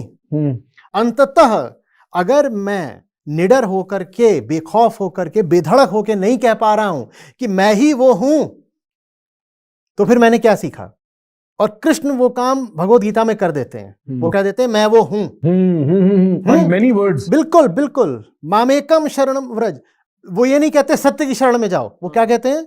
मेरी शरण में आओ। ठीक। और सिर्फ मेरी शरण, मामेकम, मेरी और मात्र मेरी ही शरण में आओ। बिल्कुल। ये काम अष्टावक्र नहीं करते, ये काम उपनिषदों के ऋषि भी नहीं करते। कि वो कहते हैं कि I am not just speaking on behalf of the truth, I am the truth itself. Right. And that's the possibility Bhagavad Gita points at. Why not live for the moment, why not live for the level, the plane in which you can without hesitation and without hypocrisy say I am the truth itself. मैं वही हूं, अहमेव वही केवलम। यही वेदांत के अंतिम सत्य हैं। तो वो जो आखिरी बात है वो कृष्ण गीता में कह जाते हैं मैं वही हूं। जब कृष्ण कह जाते हैं मैं वही हूं, तो जिनको वेदांत समझ में नहीं आया उनको लग रहा है कि वो कहते हैं कि ये जो बॉडी है, ये जो एम्बॉडीड पर्सन है, ये वही है। अब ये बहुत गूढ़ बात है कि कैसे एक एम्बॉडीड पर्सन इम्पर्सनल ट्रुथ को कह सकता है मैं वही हूं। पर वो तो कहना पड़ेगा। और यही बात उपनिषद आपको कहते हैं कि तत्त्वमसि, तुम वही हो, और अगर उससे नीचे तुम कुछ रह गए तो तुमने अपनी जिंदगी बर्बाद कर ली। You have to rise to the plane where you can say that I am no more, what remains is that only, that which is that because it is unnameable. उसका नाम क्या दें? तो उसको बस बोलते हैं दैट, तत्। राइट राइट, मैं समझ गया आपकी बात। ये इट इज, ये इतना लैंग्वेज के साथ इल्यूसिव हो जाता है ट्रूथ के बारे में बात करना ना, वो शब्द सच हो जाता है, सच छूट जाता है हाथ से। वो आपने, मैंने आपको ही बोलते सुना था कि वो जो उंगली पॉइंट कर रही होती है ना सच की तरफ, उसी को लोग सच समझ लेते हैं। स्टोरी है। हाँ, तो एक बार मैं आज इस पूरे डिस्कशन का एक बार एक समरी करता हूं, आप मेरे को बताना। बेसिकली अर्जुन मैं हूं अगर मैं जान जाऊं कि मैं अपनी बॉडी और माइंड से कंस्ट्रेंट हूं, उसके बाद मैं महाभारत के युद्ध में उतर सकता हूं अगर मैं अपने मन के, अपने आप को सच बताना। मैं उतरा हुआ हूं पर मैं भगोड़ा हूं, पर मैं भाग रहा हूं। मेरे को अब लड़ना है, मेरे दम ही नहीं है राइट बैटल फाइट करने का, क्योंकि मैं खुद को सच नहीं बताना। मैं 2 कौड़ी के बैटल लड़ने को तैयार हूं। बिल्कुल। मैं किसी से बहस कर लूंगा, मैं किसी को ट्रोल कर दूंगा। ये मेरे लाइफ के बैटल्स हैं। जी हाँ, बिल्कुल बिल्कुल। मैं कमेंट सेक्शन में और गाड़ी से चिल्ला दूंगा। हाँ, मैं गाड़ी से चिल्ला दूंगा, मैं हॉर्न मार रहा हूं, मैं ये सब कर लूंगा। हाँ, लेकिन जो असली बैटल हैं जिसमें पौरुष आपका चैलेंज्ड होता है, जी जी जी, उन बैटल्स में तो मेरी, जैसे बोलते हैं ना, हवा सरक जाती है। वो मेरा दम नहीं है। तो गीता कहती है इंसान बनो, ठीक है, दम दिखाओ राइट बैटल फाइट करने का, और दम दिखाओ छोटे छोटे बैटल्स को इग्नोर करने का। Ignore the small battles and fight the right one and only the right one. And आप when you start fighting that, तो छोटी battles in any case dissolve होती चली जाती है, आपके दिमाग में ही नहीं आती कि ये लड़ने लायक है। अब मैं इन बैटल्स पे निकलता हूं, और मैं जब इन बैटल्स पे निकलता हूं तो नेति नेति जो है, not this not that, through experience and test I keep realising नहीं, ये नहीं, ये भी नहीं, ये भी सच नहीं है, ये भी परम सच नहीं है। और इस प्रोसेस में मैं कहीं ना कहीं पहुंचता चला जाता हूं। अब सपोज मैंने ये एक पूरी जिंदगी लगा के, चाहे 2 साल में चाहे 50 साल में, मैं वहां पहुंच जाता हूं, उसके बाद क्या होता है? पहुंचना नहीं होता। हाँ, पहुंचना नहीं, कुछ नहीं है पहुंचने जैसा। ठीक है, ये भी एक थोड़ा सा मिथ है कि देयर इज अ पॉइंट और a destination to be arrived at. कुछ नहीं है, it's a continuous movement. And so this is an act of continuous movement. Liberation is continuous movement towards liberation. It is not a point, not a destination to come to. And so the concept of moksha या liberation is then a mythology. एक almost like a bait कि तुम उधर जाते रहो. ये बेट नहीं है जी. ये बताने के लिए है कि ये संभव है कि तुम इतने डेडिकेटेड हो जाओ, you fall so madly in love that you ignore all other directions and move only in the direction of liberation continuously. जो ऐसा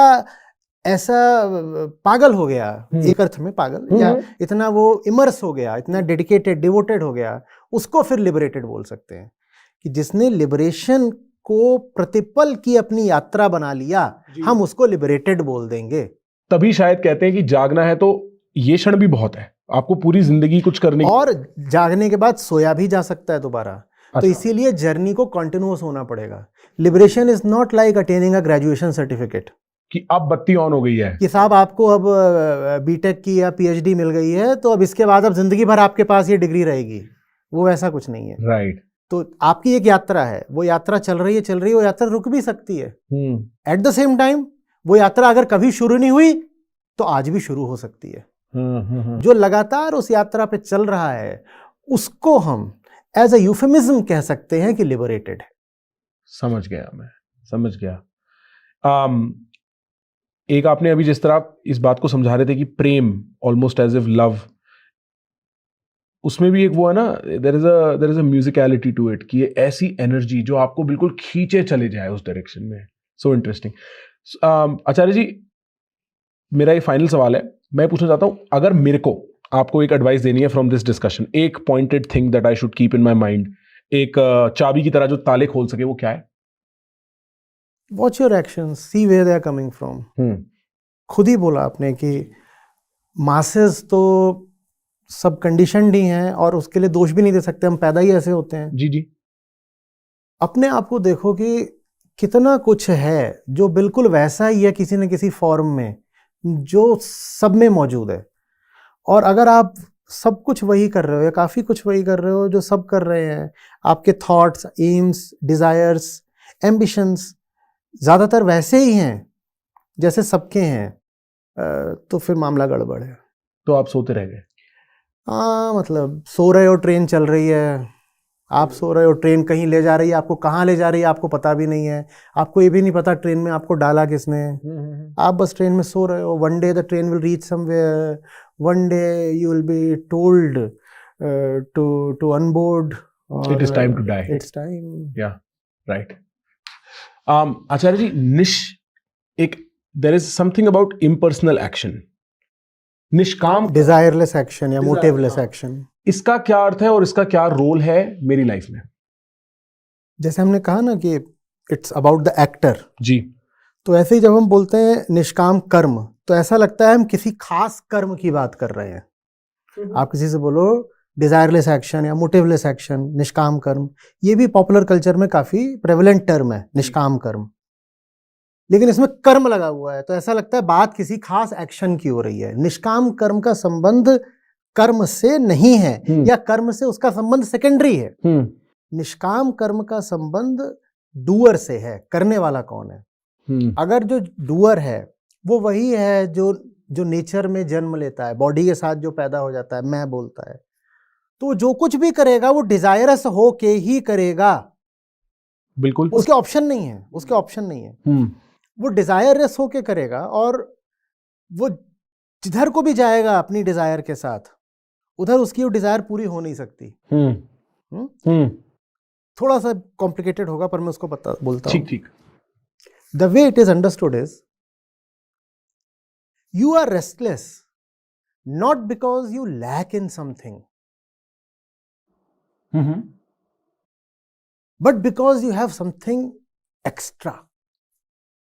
किसी चीज की कमी आपको रेस्टलेस नहीं कर रही है, किसी चीज का अभाव नहीं है, की अतिरिक्तता आपको रेस्टलेस कर रही है। अभाव नहीं है, अधिकता है। हाँ, अभाव नहीं है जी, अधिकता है। हाँ, बड़ा रेडिकल है। लेकिन हमको क्या लगता है कि अभाव है, कमी है।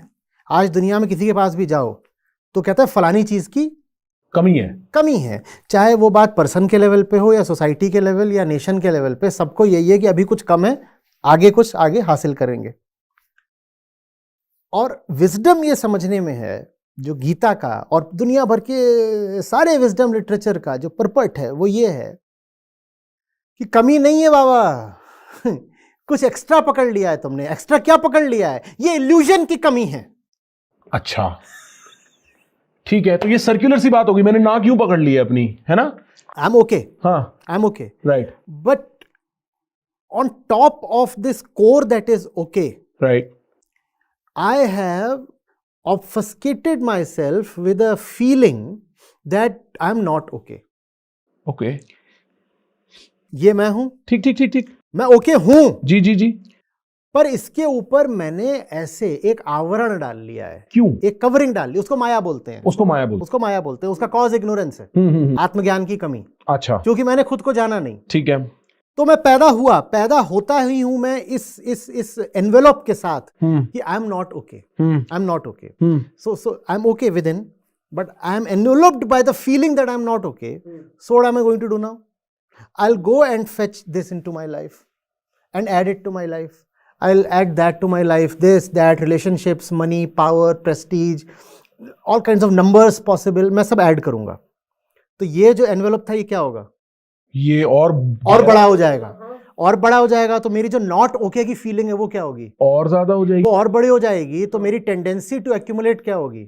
और चाहिए फिर तो ये और बड़ा हो जाएगा। Now that's a vicious cycle. Right The process of Niti Neti says don't add, reduce. Right You're moving in just the wrong direction. तुम्हारे पास कुछ एक्स्ट्रा है, हाँ तो तुम्हें उसको हटाना है, तुम्हें उसमें ऐड नहीं करना। पर आम आदमी की जो जिंदगी है वो एडिटिव होती है। बिल्कुल हम ऐड करने के प्रोसेस में लगे रहते हैं, जी। जबकि जिंदगी मिली है रिड्यूस करने के लिए। हाँ तो करना क्या है? वो काम करने होते हैं जो हमें रिड्यूस करने में मदद करें। For example, this discussion that we are having, right if it is fruitful, it will reduce something within you. Right If this discussion is fruitful, it will reduce something within you. You will walk out lighter, not heavier, not heavier, अनबर्डन्ड, unburdened. You have been reduced. Right You have been reduced. So the purpose of life is reduction, not addition. हाँ समझ रहे हो बात को? ठीक ठीक। पर हम ऐड करते चलते हैं। This is called desire. अच्छा अगर आप इसको सेंटर नहीं बना रहे, अगर आप इसको एनवेलप को अपना सेंटर बना रहे हो, आप इस एनवेलप के द्वारा डिक्टेटेड हो, तो आप क्या करोगे? लगातार ऐड करने के लिए व्याकुल रहोगे। उसको डिजायर बोलते हैं। All desire is about changing something, becoming somebody, you know, adding something to, you know, to your CV, let's say, to your life, to your house, to your car. Yes It's about this. या So that's desire. Right Now when you see the futility of that, then you operate from a core that is already fulfilled. Now I'm not operating from a point of lack of fulfillment. Right I'm operating from a point that is already fulfilled. हाँ Now what do you do then? You don't do anything that will bring you fulfillment, because you are fulfilled, I'm okay. already fulfilled. Now I'm already okay, so I'm not working to get okay. Then you kind of dance without any expectation for results. Now that is nishkam karma or desireless action. तो let me see if I understand. मैं एक example लेता हूँ। Suppose मेरा घर है, मैं हमेशा सोचता रहूं कि इस घर में इस सोफे की कमी है या इस लाइट की कमी है, तो मैं हमेशा व्याकुल रहूंगा और खरीदता रहूंगा। जितना और खरीदूंगा उतनी और कमी लगेगी, उतनी और कमी लगेगी, और खरीदता रहूंगा। अगर मैं एक स्टेप पीछे लेके देखूं कि ये तो परिपूर्ण है, अपने में काफी है, तो फिर मेरे को कुछ खरीदने की जरूरत, हाँ घर में हो सकता है कुछ खरीदना पड़े। ठीक ठीक ठीक। इट्स अबाउट सीइंग कि घर खाली है जी, तो भी मैं इसमें फंसा रहूंगा डिजायर में, और मैं घर को बहुत भर लूं मैं तो भी फंसा रहूंगा। अगर घर का एग्जाम्पल होगा तो उसमें एक खतरा है। लोग सोचेंगे अगर हमने घर खाली कर लिया तो लोड भी खाली हो गया। लोड उनका भी नहीं खाली होता जिन्होंने घर भर लिया, और लोड उनका भी नहीं खाली होता जो घर छोड़ छाड़ के जंगल में चले गए। ठीक, जंगल में जाने से लोड हट नहीं जाता, नहीं हटता। It's about seeing that these things have no direct bearing on fulfilment. हाँ, इनफैक्ट अगर मैं घर छोड़ भी रहा हूं तो वो भी एक तरह का एडिशन है।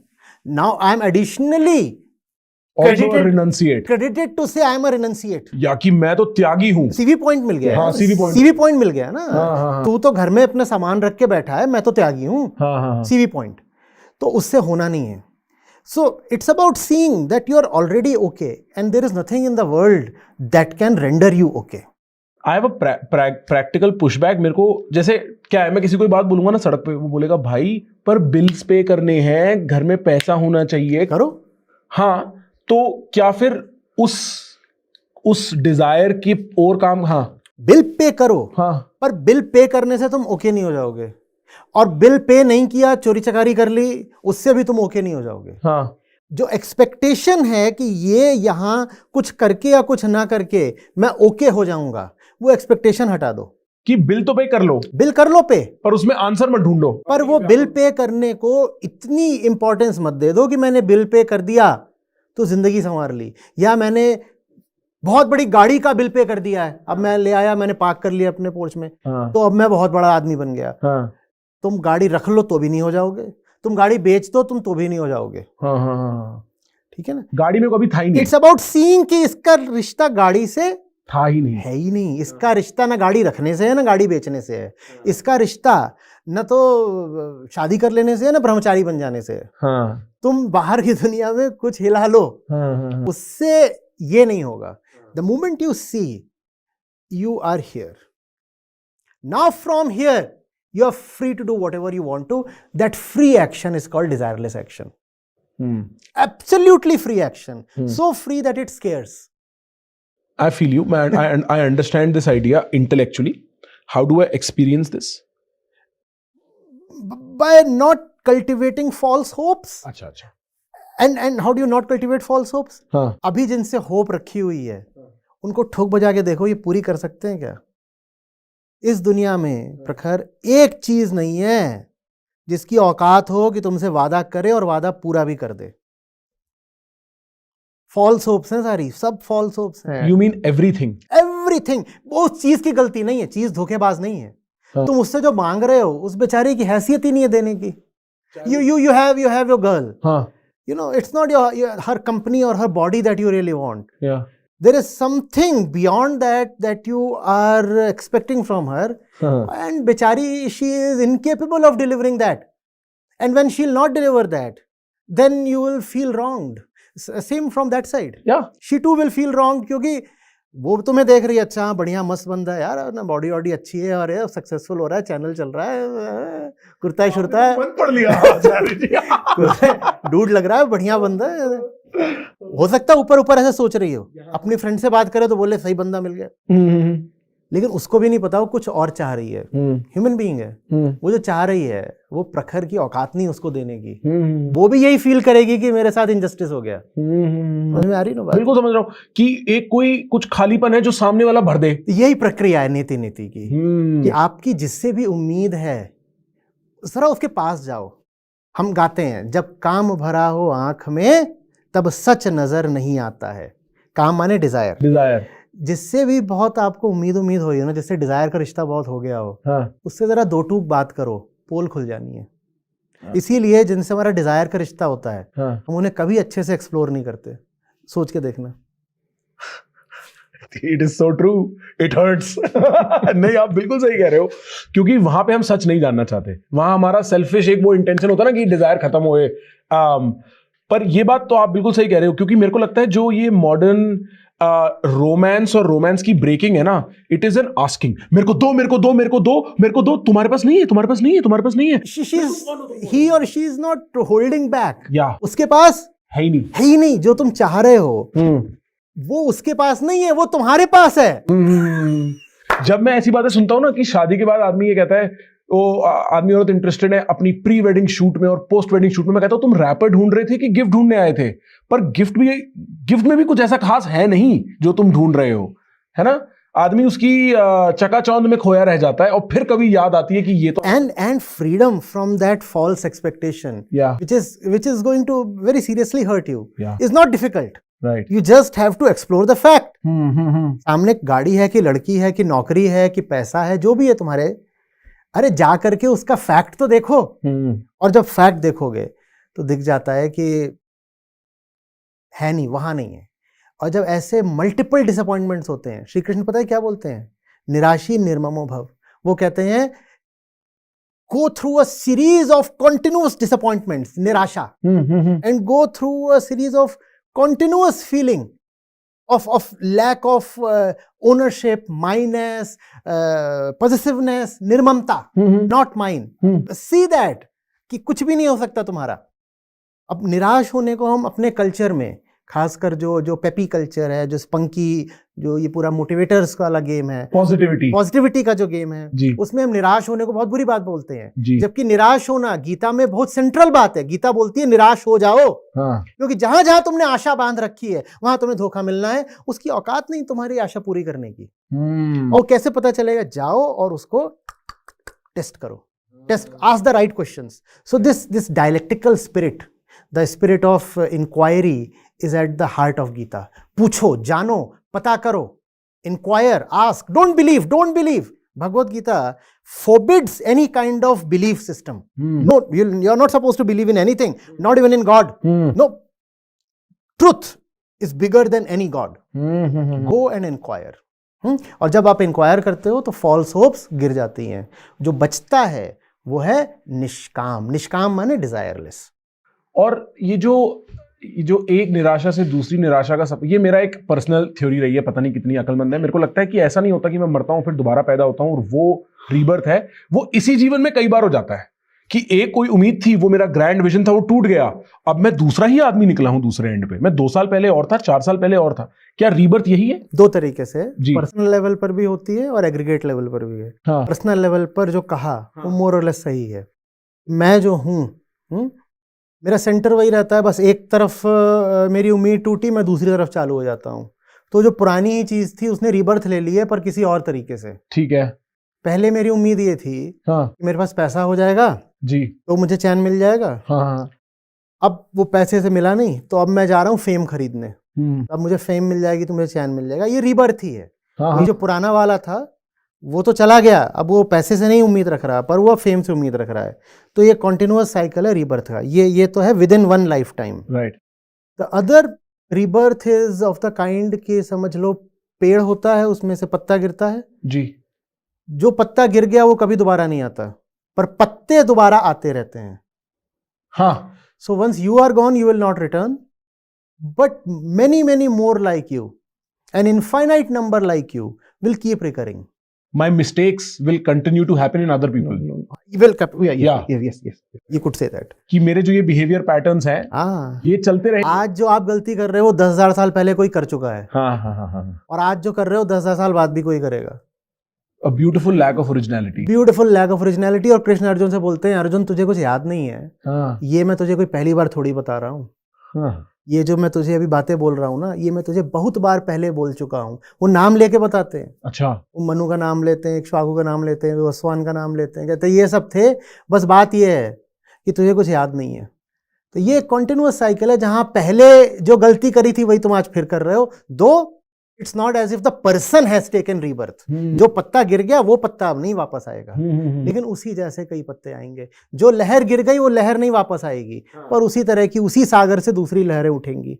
सो that is reincarnation at the aggregate level. मेरे को पता है क्या समझ में आया आचार्य जी, कि ना अगर हम टाइम स्केल थोड़ा जूम आउट करें और सेल्फ की मतलब मैं से थोड़ा उठे ना और इंसान देख लें, और इंसान को एक लार्जर टाइम स्केल में देख लें, तो एक तरीके से इंसानियत सागर हो गई और एक इंडिविजुअल इंसान लहर हो गई. और उस सेंस में आप पर्सनल और इम्पर्सनल जो 2 वर्ड्स हमने यूज किए ना, उसकी वो डेफिनेशन थोड़ी ऐसी हो जाती है, वो कोहेरेंट हो जाते हैं. एंड इसको और अंदर करना है. हाँ बताओ ना. तुम्हारी बॉडी सागर है जी, तुम्हारी जो सेल है वो पर्सन है. हाँ, तो सेल आते जाते रहते हैं, वो बर्थ रीबर्थ चलता रहता है. और जो सेल आया है अगला, वो पिछले वाले जैसा ही है. पिछले वाले जैसा है, पर पिछले सेल का कोई रीबर्थ नहीं हो गया. राइट. तो पिछले सेल की कोई जीवात्मा निकल के नए वाले में नहीं घुस गई कि तुम मरोगे तो तुम्हारी जीवात्मा निकल के किसी दूसरे में घुस जाएगी. तो सेल्स हैं. सेल्स लगातार, इतनी देर में हमने बात करी, इतनी देर में हजारों लाखों सेल्स हमारे मर गए, उतने ही पैदा भी हो गए. ये लगातार जो है ये पुनर्जन्म चल रहा है. अब मैं समझा. ठीक है आचार्य जी, थैंक यू सो मच. मेरे को बड़ा मजा आया.